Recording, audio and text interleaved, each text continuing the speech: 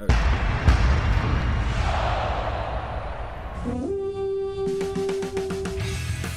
Bleeding Purple Podcast. Welcome to Minnesota! Woo! Straight cash, homie. 48-4 Jersey Town. Adrian Peterson is loose! Oh my heavens! Diggs! Sideline! Touchdown! Why do you even ponder passing? Let's go to work, huh? Let's go to work! How do you like that? 5 shot 3, 1, 2, 3, fire! Welcome in, everybody. Welcome in to Bleeding Purple, a podcast about the Minnesota Vikings. My name is Tyler Haig, and I'm joined as always by Mr. Adam Patrick. I clicked the wrong thing and rewound it instead of turning it down. Hey, bud, how are you? Sorry, a little production issue over here. Oh, I'm good. I'm just recovering. I'm just still in shock that the Vikings didn't trade for Antonio Brown. So. Mm-hmm. I mean, we all were, really. All jokes aside, though, seriously, can you believe what they gave him away for? No. That's just insane. because I felt like they just wanted to get rid of him. Yes. And he, torpedoed. Like, all right. It's incredible that although... I don't think they wanted another Le'Veon Bell situation, so they're just like, just get him out the door. And he played it perfectly. He did. He was as loud as he needed to be. He torpedoed his trade value. He got moved when he wanted to get moved. He kind of screwed the team that he was leaving. He knows what he's doing. Yeah, dude, that was like chef stuff from it. That was very impressive. So yeah, all things considered, if we're looking at the much Raiders. Smarter than maybe like a Terrell Owens. Yeah, I think he played it better than that. Had zero leverage. No, none whatsoever. And I mean, we kind of were saying the same thing about AB, but all of a sudden it was, I mean, in a span of how many weeks was that? That wasn't even like a month and a half, 2 months. Yeah. And as soon as the stuff about him getting traded to the Bills came out and how he said, I don't think so, then you knew that the cards were in his. He won. Hand. He had won. He already won. Yeah. And then Oakland, by the way, who the Mac thing, I tweeted this the other day. The Mac thing I still don't understand all the way. I'm sure there's reasons that I'm never going to know for that. But they wound up turning Amari Cooper into a first-round pick and got AB. Antonio Brown for a third and a fifth. Yeah. And they still have all 3 of their first-round picks. The rumor is that they're going to try and trade up to get Kyler Murray. No, you stop and sign Le'Veon Bell. I heard the Bell thing. That would make sense. Do you think that makes them, I don't want to say contenders, obviously, but they're a much better team, obviously, they're today better, yeah. than they were. But I mean, they're also in the same division as the Chiefs and the Chargers, so. Bing, bang, boom. They still are going to be mediocre, even if they get Le'Veon Bell. But I mean, Antonio Brown in Las Vegas in 2020 is going to be pretty fun. That's the jam, and that's the play. And those are the jerseys that are going to say 100%, dude, 100%. And this is the other thing is that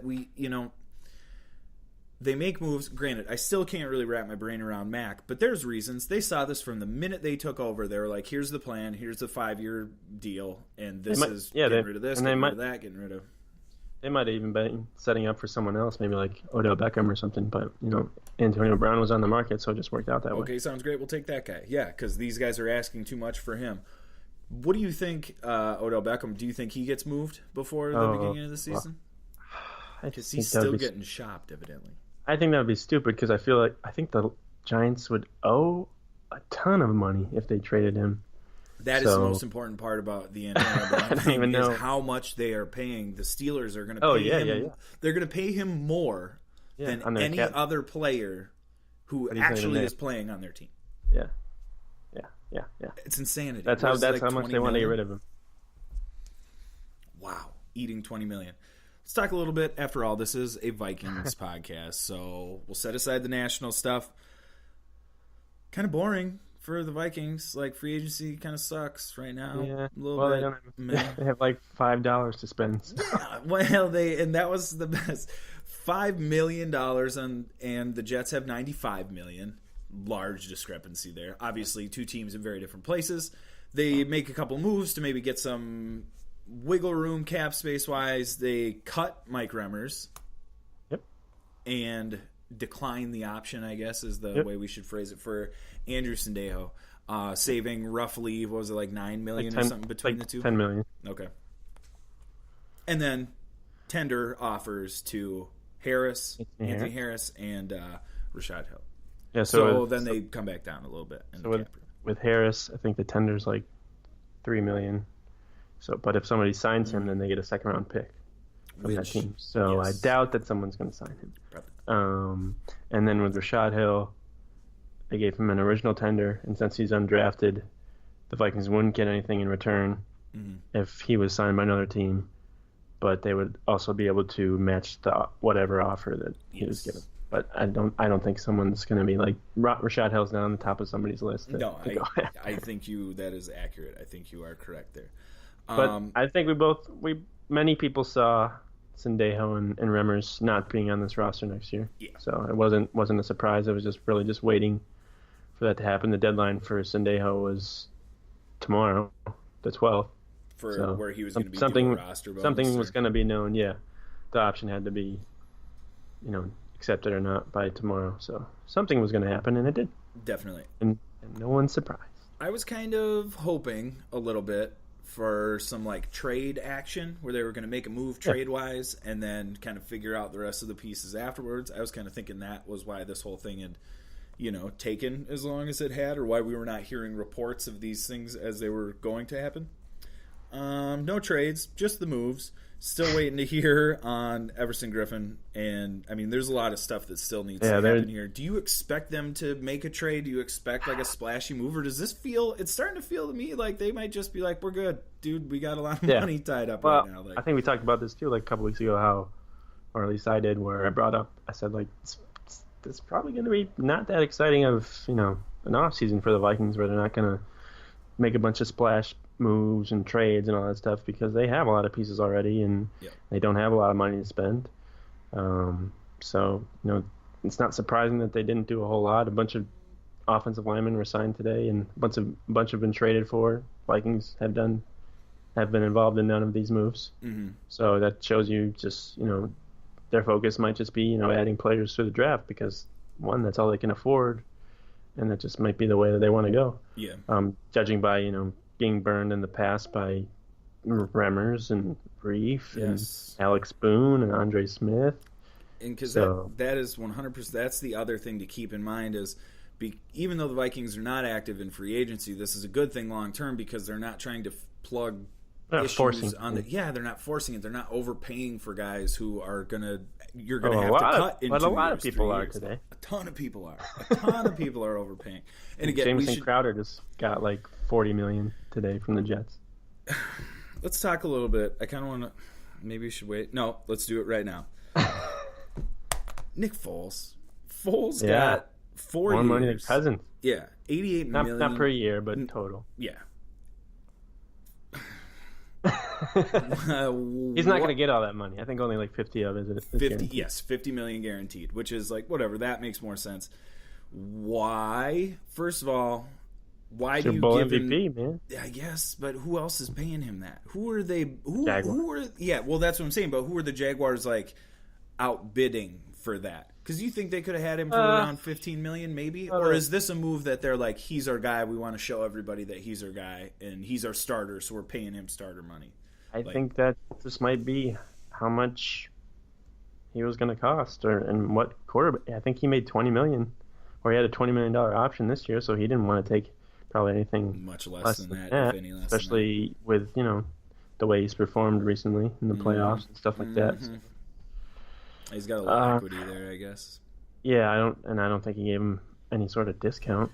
But the Jaguars might have been one of the only teams that was going to give him that kind of money. So Nick Foles was like, "Yes, I'll take it." Sounds great. And also, we have to keep in mind, we're trying to figure out what the Jaguars are doing. That's not a good practice to even get it. But it's setting up a classic overpaying for 100%. A quarterback signing, so many Brock Osweiler. It screams Brock Osweiler. That's actually a great point. Talk to me in 3 years when the Jaguars are horrible again and they're drafting a bad quarterback again. Scott Mitchell way back in the day, and poor Elvis Gerback. I'm just dropping classic names. Elvis Gerback. I have not heard or thought about that name in a very, very, very long time. But with the Vikings, I just don't like their trade assets. Like, they can't really trade Everson Griffin, especially because a couple teams have already traded for pass rushers, and that kind of those are the teams that were looking for a pass rusher, and they're kind of out of the market now. Yeah. So that kind of takes the Vikings, and even if they trade him, they're probably going to get like a 6th-round pick. Exactly, because what team is going to give up any kind of asset for somebody that, if they wait long enough, they could probably try and sign after he gets cut anyways. And I saw stuff today about how teams were calling about Trey Waynes and Xavier Rhodes, but some recent stuff that went on makes me think that none of those guys are going to get traded. They're going to want as much depth there as they can possibly have. Yeah. I would agree with you there. It's a great point to bring up is what are your tradable assets? What are the moves that you could possibly make? And at this point, it's either mediocre guys who don't have much of a market or guys that you're possibly going to need in the very near future. Well, and even that, I don't know what kind of a market he's going to have. Yeah. You know, I mean, he's a good player. Somebody will take him, but what if... He's getting up there. Yeah, man. And if... It's so hard to compare different deals to different deals, but, like, Amari Cooper gets a 1st-round pick, Brown for 3, but what are you going to get for Rudolph? I mean, it's... Brown's a 4-time All-Pro, and Amari Cooper was still on his rookie contract. And so he's not going to even come close to anything. It's just so we see all these we see all these trades happening and stuff, and we're just like, oh, why aren't the Vikings doing anything? And it's just like, well, they don't really have a lot to trade. Mm-hmm. The guys that are valuable on their team are assigned to long-term contracts, so they're not going to trade those guys. And they want to keep those guys. And that's basically where we're at, where the most viable trade asset is a cornerback. And you, at this point, I don't think that you could convince your head coach or your general manager to part with. Definitely not your head coach. Either of those guys, yeah.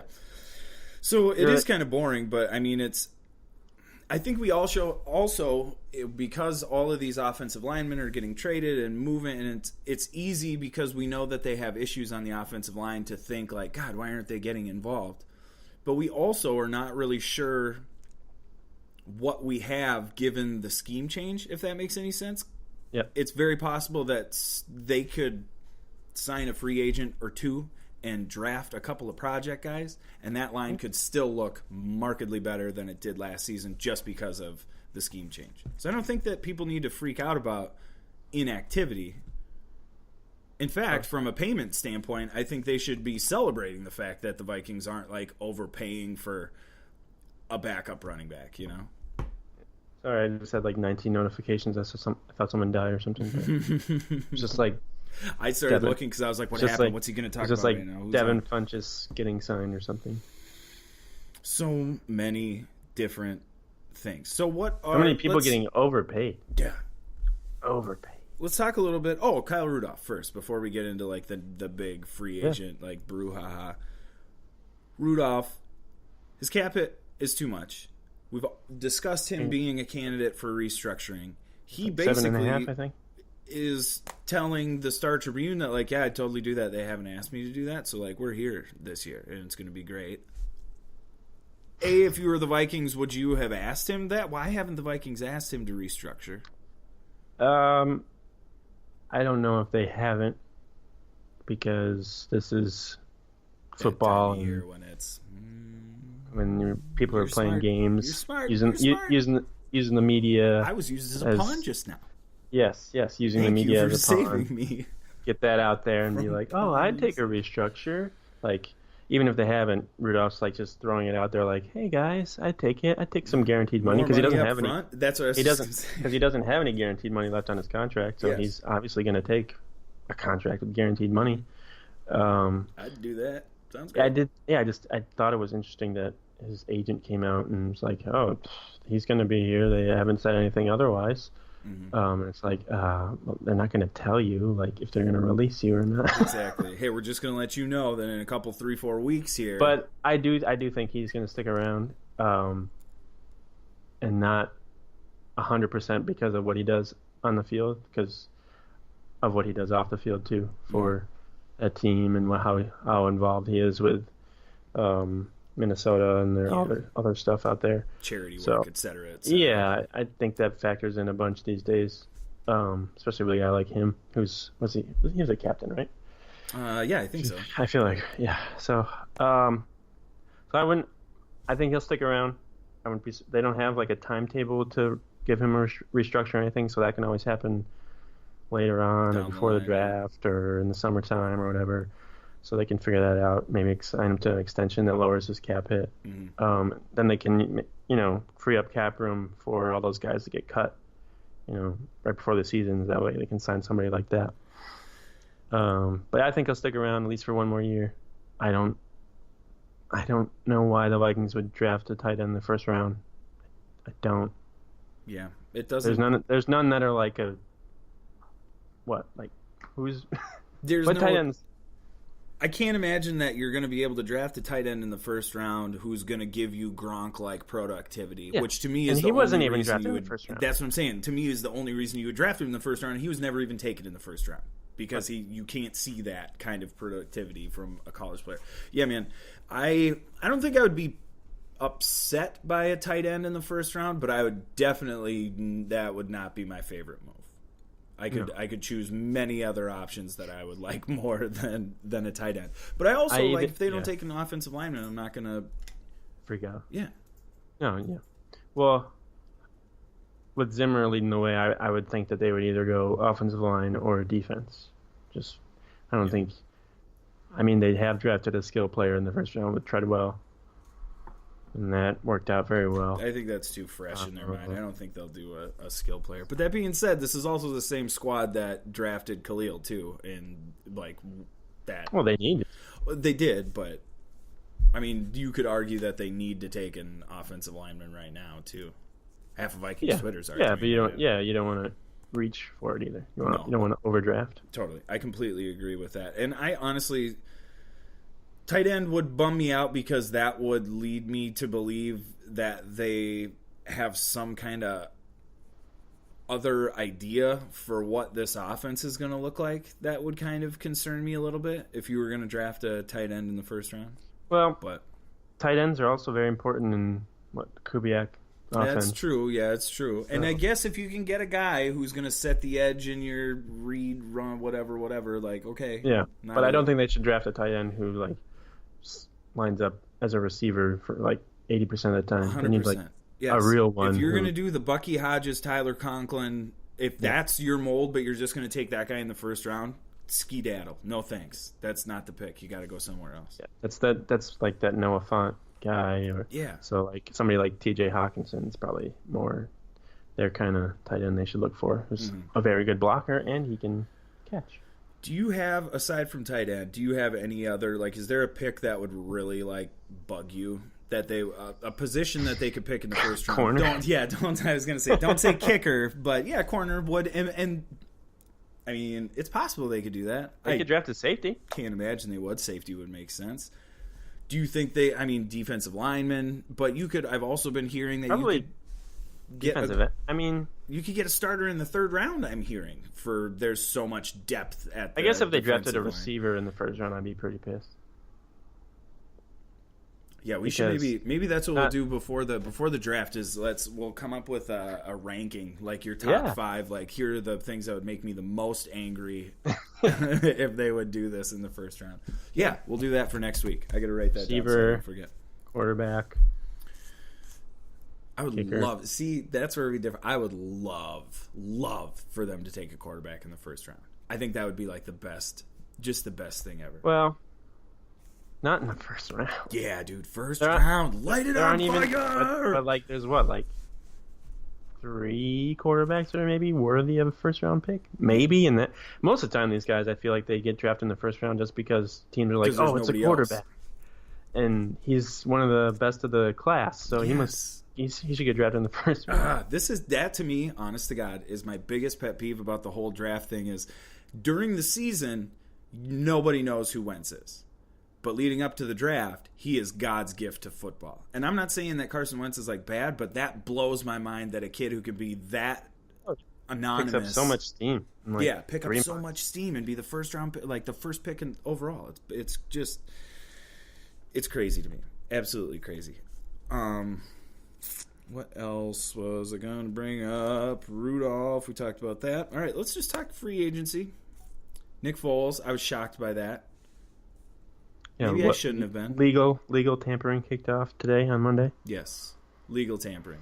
So no official signings or trades yet. I think the new league year begins 4 p.m. Eastern on Wednesday. So that's when everything just like locks into place. Do you where are you at with the legal tampering? First of all, calling it legal tampering is the dumbest thing. Well, they should start it at the combines. What they should really do, because that's what's happening. And I how are love we so blind to I love how when reports happen, they're like, "Well, this began at the combine." Oh, really? It's amazing. It's gotten to a point now where I'm actually seeing tweets and reports where people are like, they've been discussing this for weeks. And it's like, you can't do that. No, that's breaking the rules. Hey, if you were going to trade a receiver who wore the number 84 right. and had blue hair and a blonde mustache, how much? What is the line? That's just hypothetical. We're being hypothetical. Hypothetically, if we had a player who had a blonde mustache in my head, what draft value would you give him? Did you see his Photoshop though when he posted that he was in a Raiders uniform or whatever? He had the Photoshop mustache blonde on him. I just cannot handle. I think the blonde mustache is so bad. It's so bad. That probably put the Steelers over the edge. They're just like, get him out of here.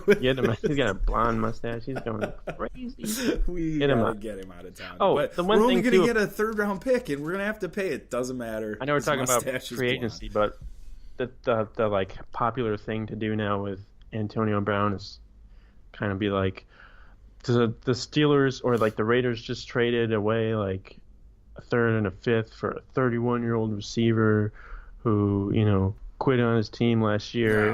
And he caught 15 touchdowns last year. Quit on his team. It's my favorite. Those are the same people who say he should quit on his team are the same people who think that you should take a hometown discount because who think that Adam Thielen shouldn't sign an extension because it's better for the team. And it's like, Tom Brady's a leader because he shouts and gets in arguments and his teammates' faces on the sideline. Odell Beckham is a problem child and that has to be fixed. Yeah, dude, it's crazy to me. I can't. The most frustrating part about the quit on the team stuff is that when it's convenient for the fan, then I'm all about the player. But when it's not convenient for the fan, it's your team. He should take less money. Yeah, he should take less money, or he should just shut his mouth and play. Those are my favorites. It's I don't know why he's complaining. It's because the team couldn't just cut him in a second. Yeah, dude. I mean, I said it before. I am more in awe of how well he played it. He wanted to get out. He threw a big fit. People looked at him funny. They were like, I don't know about this. ESPN is like, this is not very big. Boom, out of town, screwed the team that he came from, showed everybody the middle finger on the way out, and is now right where he wants to be. Which is also funny because Ian got a $30 million raise. Yeah, the ESPN people also cover the NBA, who have players that do this all the time. All the time. And they're all like, oh, he's just trying to get his money and he's just trying to set himself up, for his future and stuff. Mm. But, an NFL player does it.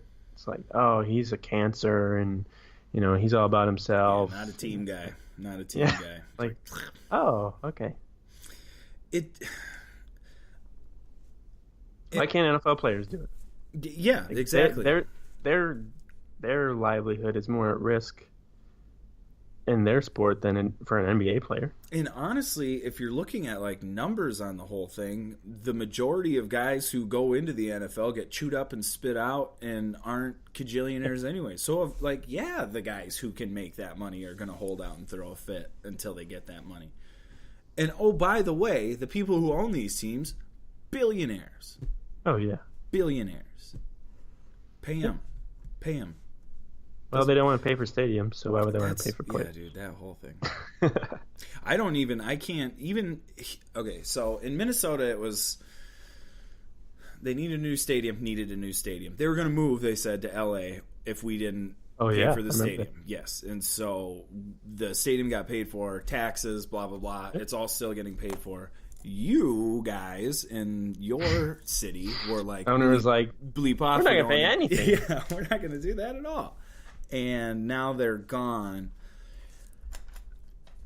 Do you feel not that you're like a fan, like necessarily a Chargers fan, but do you feel proud of your community for standing up to a billionaire and being like, F off, man, go get lost? Yeah, I do, because they have all this money. It's your team. Yeah, man. It's not like why everyone in the city doesn't like football. That's like a lot of people do, but you want money from everyone in the city.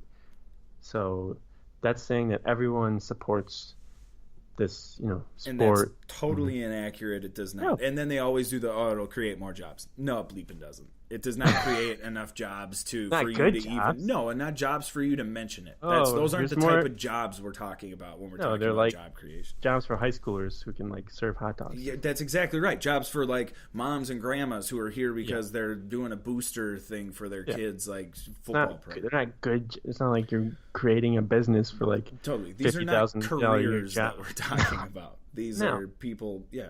I did find out though today that Petco Park. They stopped building it for 3 or 4 years because somebody sued the city or whatever. Because they're like, you can't make me pay for this. Well, it was about building condominiums or whatever. Mm-hmm. I don't know. Some guy explained it to me, but I forgot. But that's crazy. It sat there for 3 or 4 years. Half done. What? That's amazing, dude. Yeah, it's shocking that billionaires can get cities to pay for their stadiums. It's amazing. Well, and that always to me is I'm so torn because I personally like the stuff that goes on in that stadium, so I will happily pay that tax because I enjoy that. But if you don't want that, I can't. I don't. The Vikings owners did fork over $675 million, so they still put in a bunch of money to the city. It honestly was not. If you compare it to the other, it really is a good investment deals, because they're going to have the Final Four there now. They have, you have all your state football stuff Super there. Super Bowl last year, Final Four this year, X Games this summer again. All kinds of fun things. Yep. Shows. Not WrestleMania though. No, we're going to get that. No. Because guess what? It's a Minnesota excuse. It's too cold. It's too cold, and there's no too much of a risk in April. Yep, there's no reason for people to go. That March SummerSlam, Madness, though.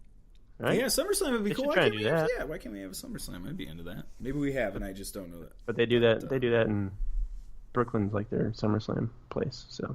Oh yeah, that's right. They'd have to fix that. But they should have something there. It's like Brooklyn or Minneapolis. We're gonna one smells better. Yeah, that's true. We do. That's true. All right, back to free agents. Danny Amendola to Detroit. Is Detroit very quietly kind of building something? No.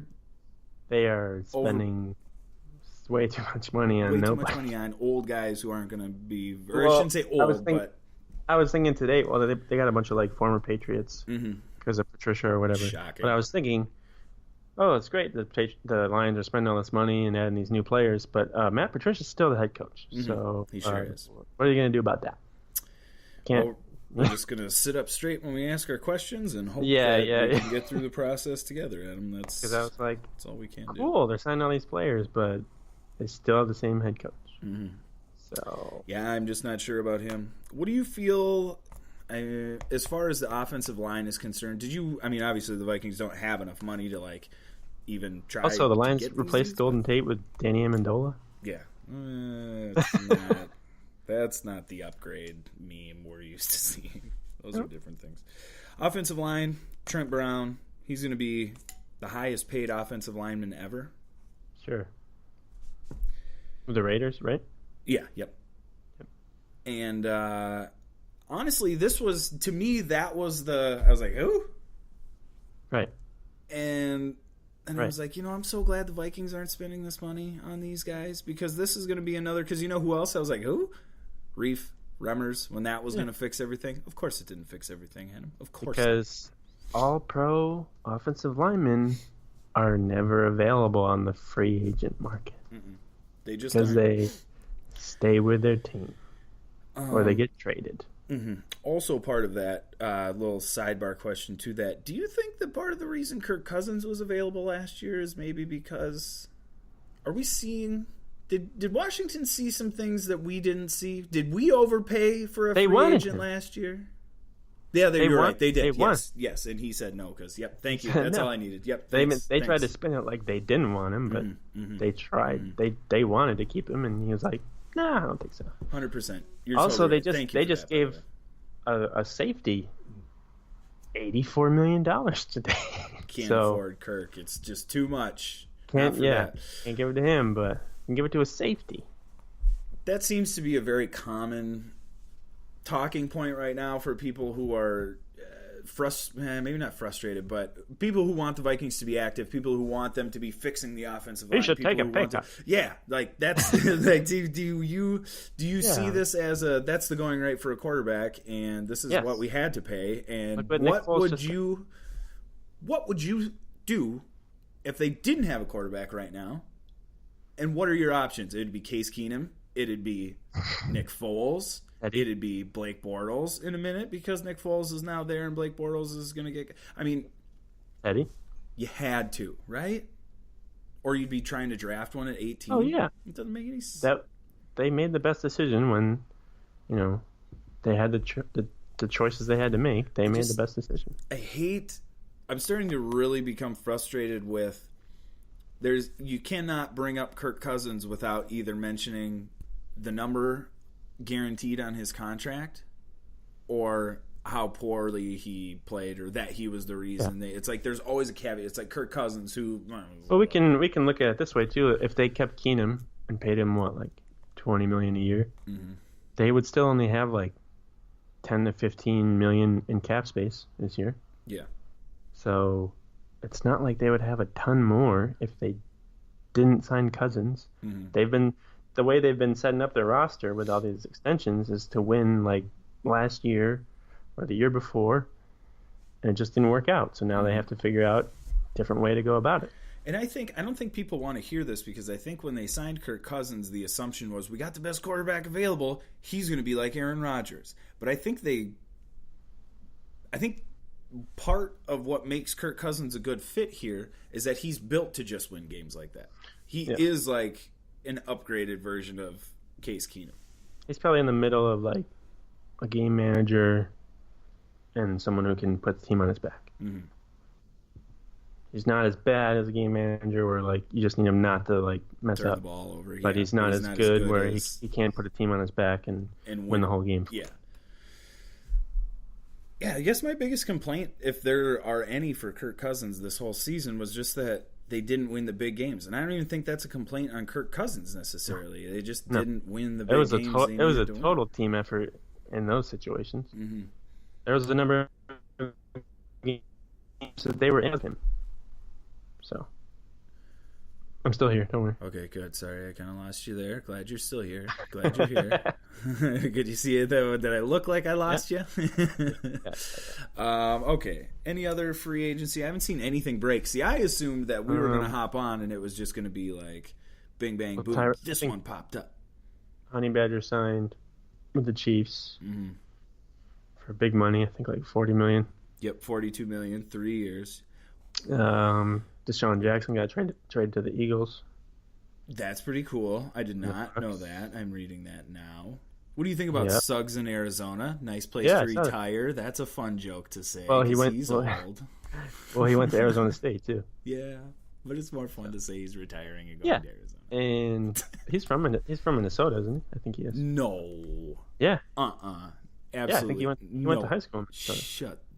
I can't. Yeah, he did. No, there's no way that I don't know that he's one of us. Yeah. Suggs? Yeah. Oh, I'm going to be so embarrassed if he is from Minnesota. Oh, my God. It says it's Minnesota right here. Yeah. Shut the front door. Him and Larry. Together again. Sorry. I got to look this up. I can't believe this. How did this slip past me? Early years. Minneapolis? What the? Amateur. Yeah. I'm from here, and I didn't know that he was from here. St. Paul? What? Oh, wow. With Joe Mauer? Oh, wow. God. You didn't know that? I had no idea, Adam. How are you, California guy? Turn in your fan card. I don't know. Ew. I have an UFDA cup, and I didn't know that he was from Minnesota. Come on. What a joke. How did I not know that? Yeah. There were, I think, Adam Humphries, receiver, signed with the the Titans. He used to be with the Bucks. Jamison Crowder signed with the Jets. Looks like Anthony Barr is probably going to go to the Jets and get a lot of money. A lot of money. I'm excited to see what that number is. Yeah, probably more than like 15 or 16 million a year. I think you're right. So people are like, oh, the Vikings can re-sign him. No. The good thing is, Sheldon Richardson hasn't been popping up as like so-and-so is interested towards the other in Sheldon team. Richardson. Yeah. So, sounds from everything that it sounds, he likes Minnesota, he likes the coaching staff, he wants to come back. Just everything has to be worked out. We don't have a breaking news sounder, but it looks like Shamar Stephen? Yeah.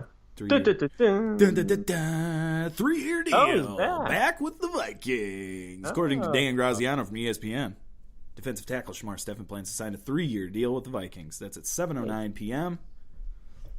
You heard it here first on Twitter, and then next from us about 4 or 5 minutes later. And Randy Moss's brother died. Oh, man. Wah, wah, wah. Eric Moss. I think he used to play for the Vikings, actually. Oh, really? Yep. How did I not...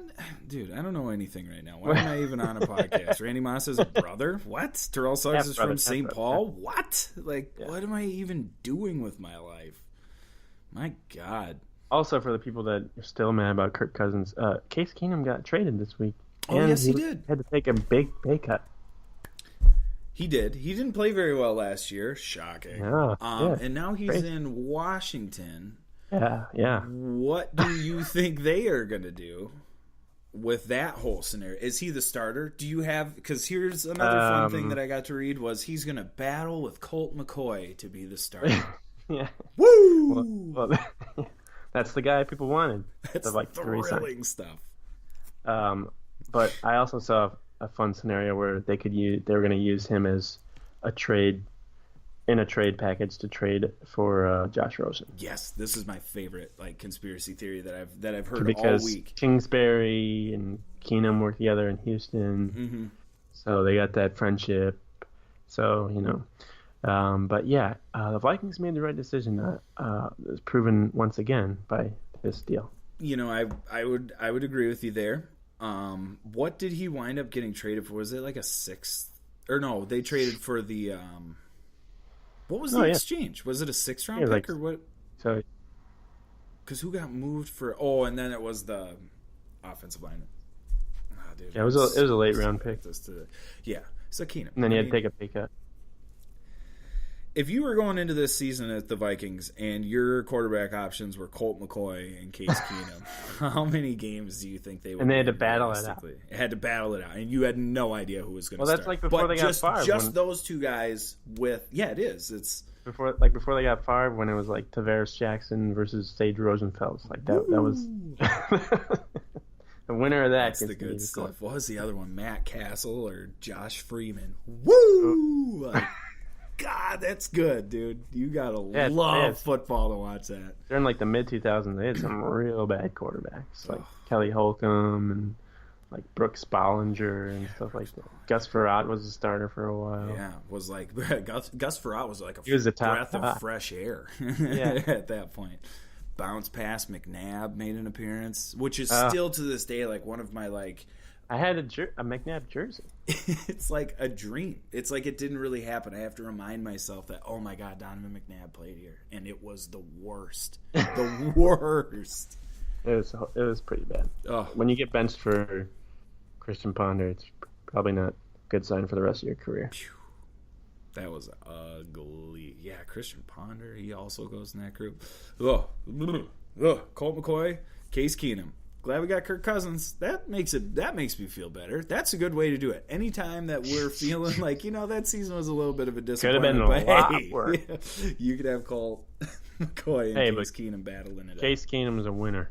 Okay, he's a winner.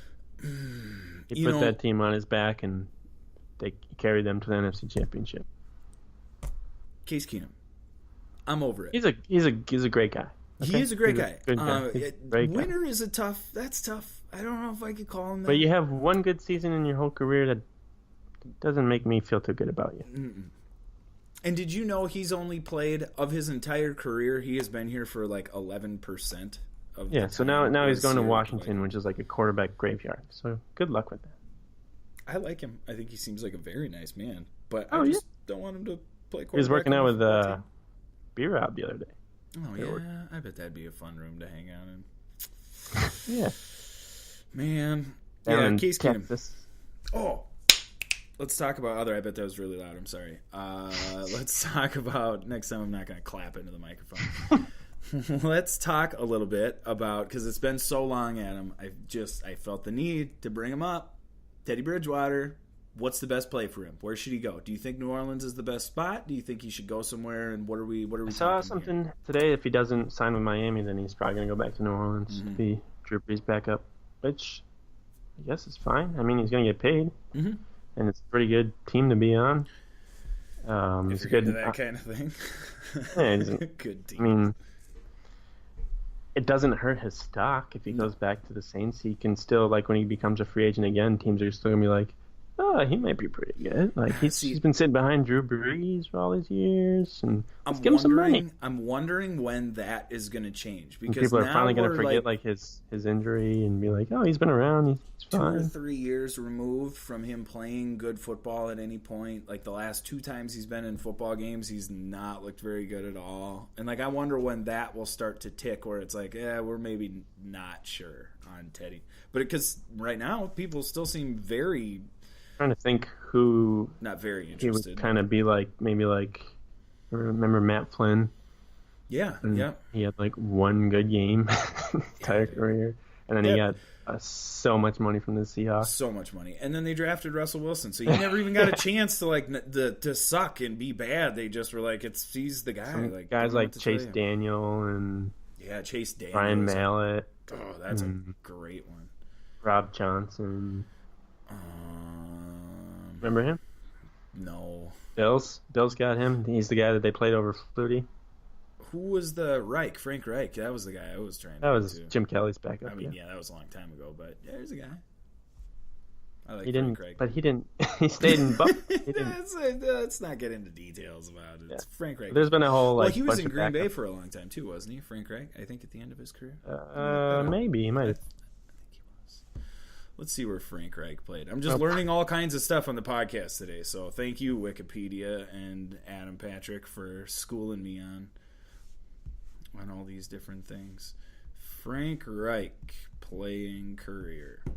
Searching for stuff on the internet via podcast. This is high-quality audio. Thanks for listening. By the way, everybody, subscribe to our YouTube and follow us on Twitter at Bleeding Podcast. Follow me on Twitter at TylerHaig _. Follow Adam at STR number 8 _ cash _ homie.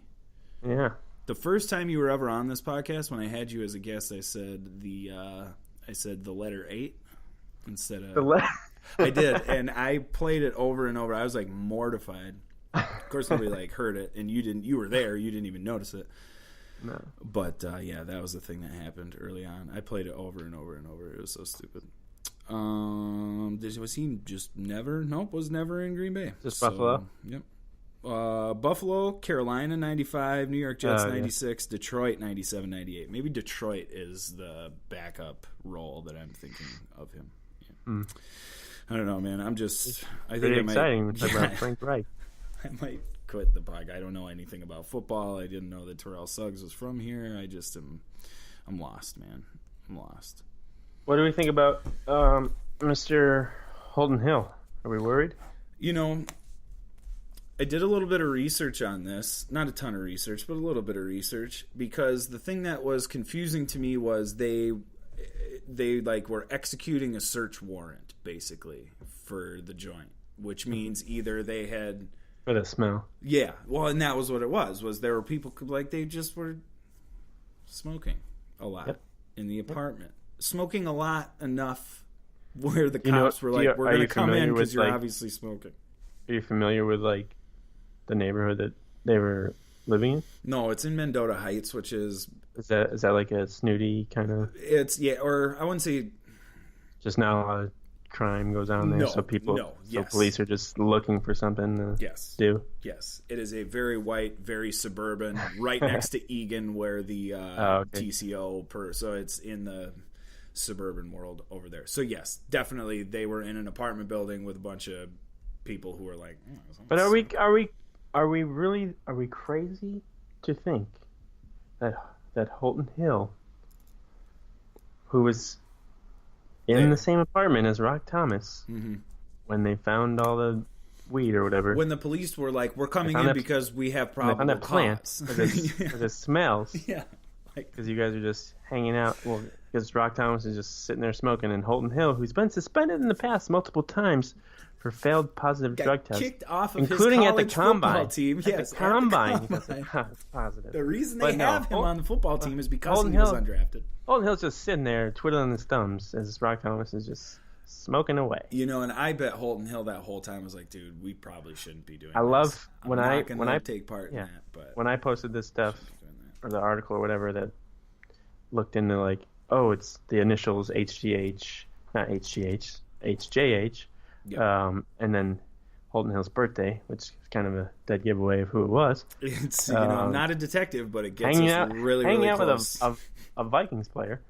Yeah, at a Vikings player's house. Yeah, people are like, "Oh, you don't know it was him. It didn't say his full name." It's like, yeah, okay.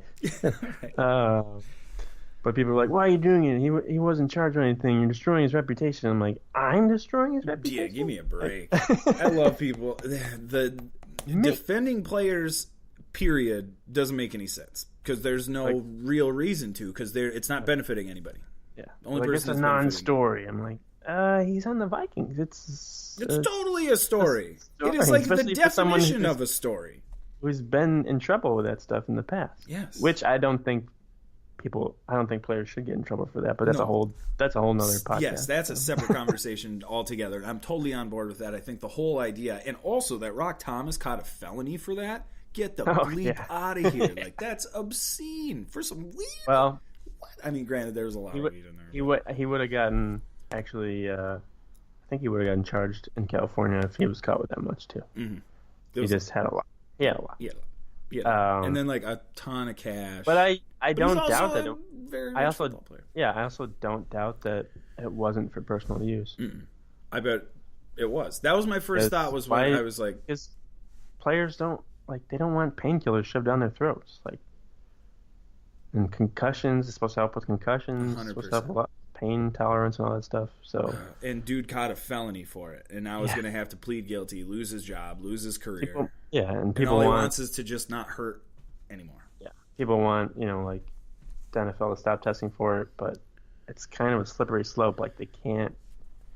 There's only like 7 states where it's legal recreationally, so it's very hard for the NFL to be like, oh, you guys can smoke, but you might get arrested. Totally. Yeah, or to be we're gonna raid your plane because we're hearing that all these NFL guys have weed on them, so that's illegal here. We're gonna take your plane apart and take all the weed off of it and charge these guys. Not a good look for. Well, you won't get suspended.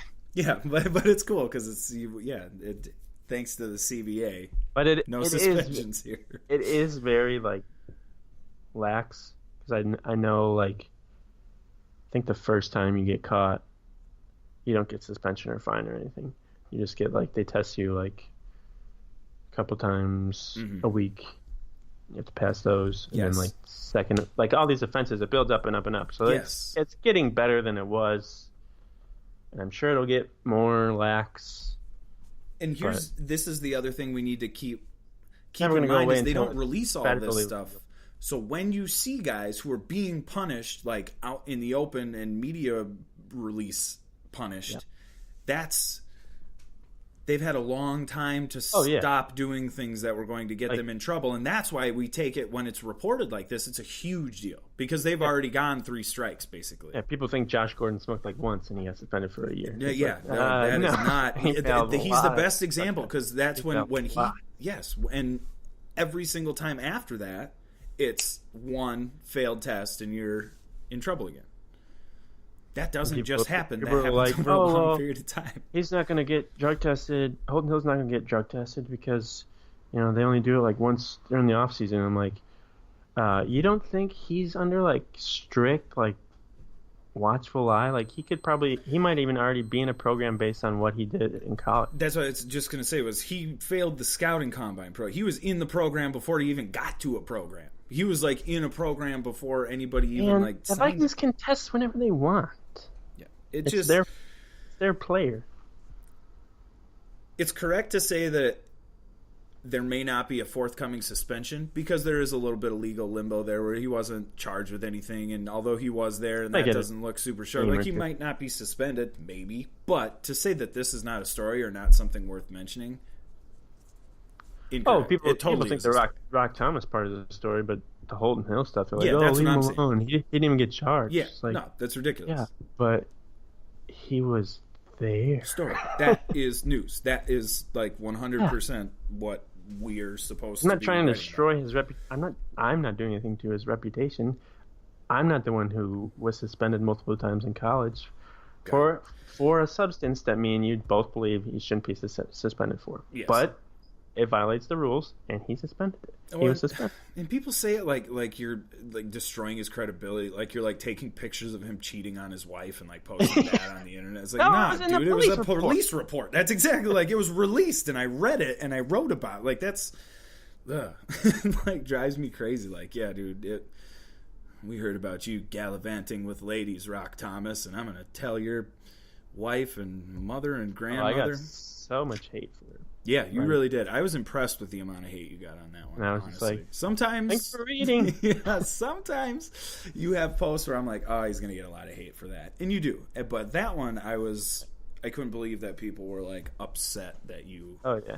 Well, actually, the majority of people were like, he's an idiot. So, yeah. Like, which is. Why would you put yourself in that situation, which is correct. Yeah, you can't really argue. Like, as soon as you know, like, maybe Rock Thomas is going to sit there and smoke. Maybe remove yourself from the situation. Yeah. I mean, because usually in these situations, what I always wind up saying to myself is like, just go home and do it at home. I think he was totally doing it at home. So maybe like crack a window or something, or get like. Well, I think he went on vacation. Burn some incense or something. People were also saying like he's not even in the U.S. So how could he be there? And I'm like, this happened in January. Yeah, it's like I don't know his exact whereabouts at this moment. I'm just referencing the Mendota Heights Police Department and what they wrote down. I'm not making it up. I don't know what to tell you. It is pretty crappy that people are still getting arrested or whatever for a plant. Yeah, I feel bad for Rock Thomas because that kills 1,000% less people than beer. Yeah. You know, that's honestly my favorite thing to quote when people are asking about that. I used to work at a record store, and it was kind of in a rough neighborhood. We would have a cop that would like stand by the door and just make sure everything was like cool. And I asked him one day because he laughed when we were discussing the legality of those things. And he's like, I could arrest half of the staff at this record store right now. I was like, yes, you could. And he said to me, I've never been called to a domestic disturbance where weed was involved. He's like, I just have never had one of those calls. He's like, I can count thousands and thousands and thousands where there was alcohol. A pillow fight over here. He hit me too hard. And now he just won't stop laughing, and we don't know what to do. He tried to make me eat this burrito, and I didn't want to. And it got really weird, like and then I got tired, and now he's sleeping. I think I commented on, like, after it was posted that Rock Thomas was like caught with weed or whatever. I was like, oh no, and maybe he might go to Taco Bell and order the whole menu. It's the best PSA ever that I've ever seen was a kid being like, weed is stupid because all my friends do is just sit here on a couch. It's so boring. And I was like, that's the way to attack it because that is actually what happens. Nobody hits a small child on a bike or anything. It's a gateway drug. Because after you do weed, then the next thing you do is heroin. So I've never done heroin, so that has nothing to do with this story because I'm not going to incriminate myself in any way because I don't know who's listening or what's listening or any of that. So it's cool. Good on you for good luck, Rock Thomas. We'll end like that. Good luck, Rock Thomas. I'm very sorry that that's the way things worked out for you. Holton Hill, got to be a little bit smarter, bud. Yeah.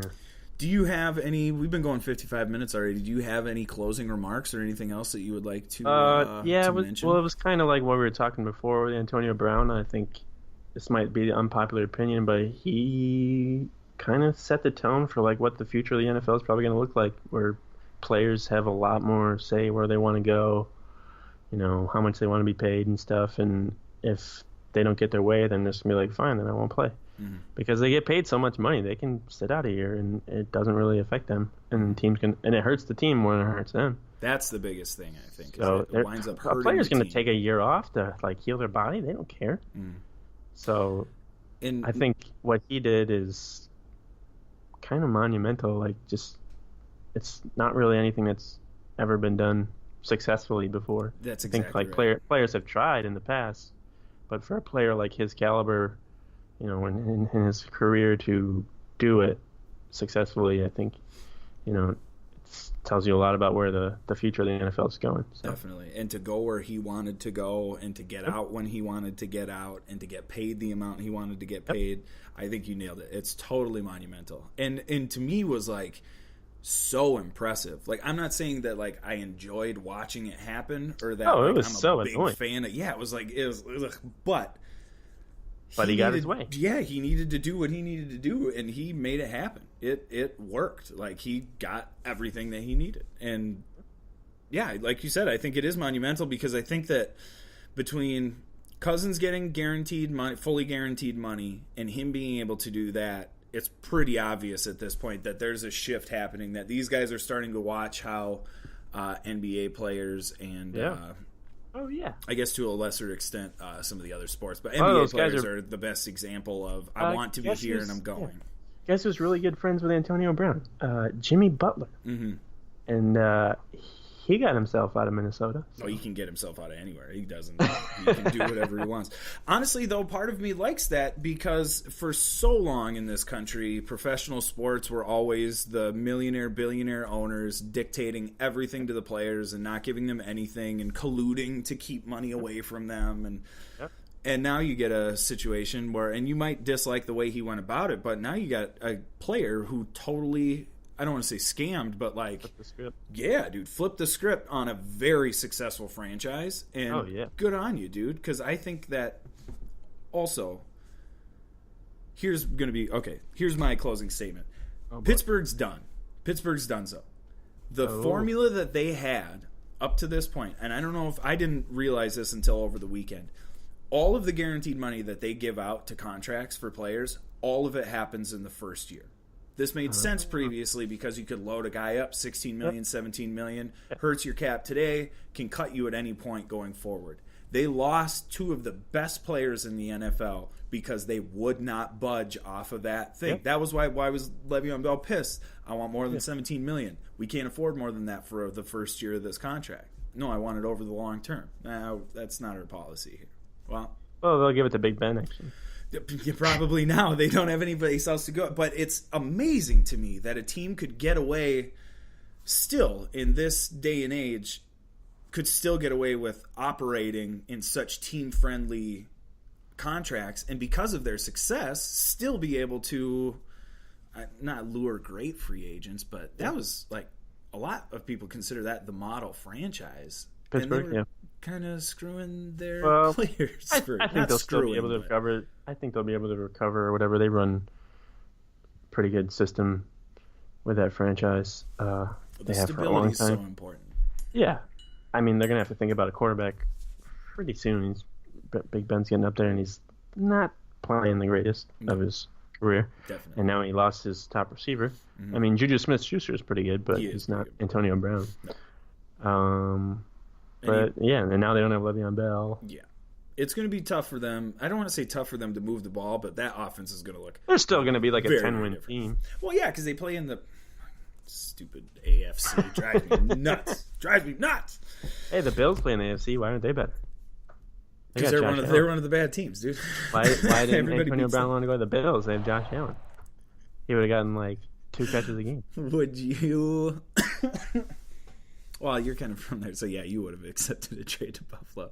I thought if I was a Bills fan, I would be so hurt. No, I wouldn't. Yeah. I'll piss people off for this too. All the people that were like, "Oh, everyone's shitting on Buffalo because Antonio Brown's going there." I'm like, "Yeah, man, because Buffalo sucks." It's cold and it snows and it's terrible. And it's like the worst big city probably in America. Smells like cereal because they have General Mills factory there. Brutal. Forever. I have one of those in my neighborhood and I hate it. All their teams suck. Sabres suck. Bills suck. Like all they can do there is drink. It snows so much. Mm-hmm. They have good chicken wings. Yeah, can't argue with the chicken wings. Thank you for the chicken wings, Buffalo. Let's not. But like all the people are like defending. Oh, Buffalo's a great city, and I'm like, you've probably been there like once when you got off a plane and had like a layover. You stay there for more than a month. You will not say it's awesome. Nah. There's good people in Buffalo. I can't talk. I've never been. There's good people in Buffalo and stuff, but let's not act like it's this great city. Or that he's a huge jerk for being like... People are like, oh, it's just like Pittsburgh. And I'm like, no, it's not. It's not like Pittsburgh. They filmed Batman in Pittsburgh. They're not filming Batman in Buffalo. Okay? That's not that. The new Christopher Nolan Batman. Where are you going to do it? Buffalo. Yeah. Oh. Is it the apocalypse? Yeah, is it? A lot of tundra, a lot of winter scenes. It's very strange. But yeah, well, that okay, I'll give people that. They're like, oh, everyone's saying it's so cold in Buffalo. Yeah, it snows everywhere. It's Green Bay, it snows, and like Pittsburgh, it snows and stuff. So that's not a big deal. But it's not like people don't go to Buffalo if you're Antonio Brown. Like, I think I want to spend my career in Buffalo. That's the way you have to look at it, is how many people go there on vacation.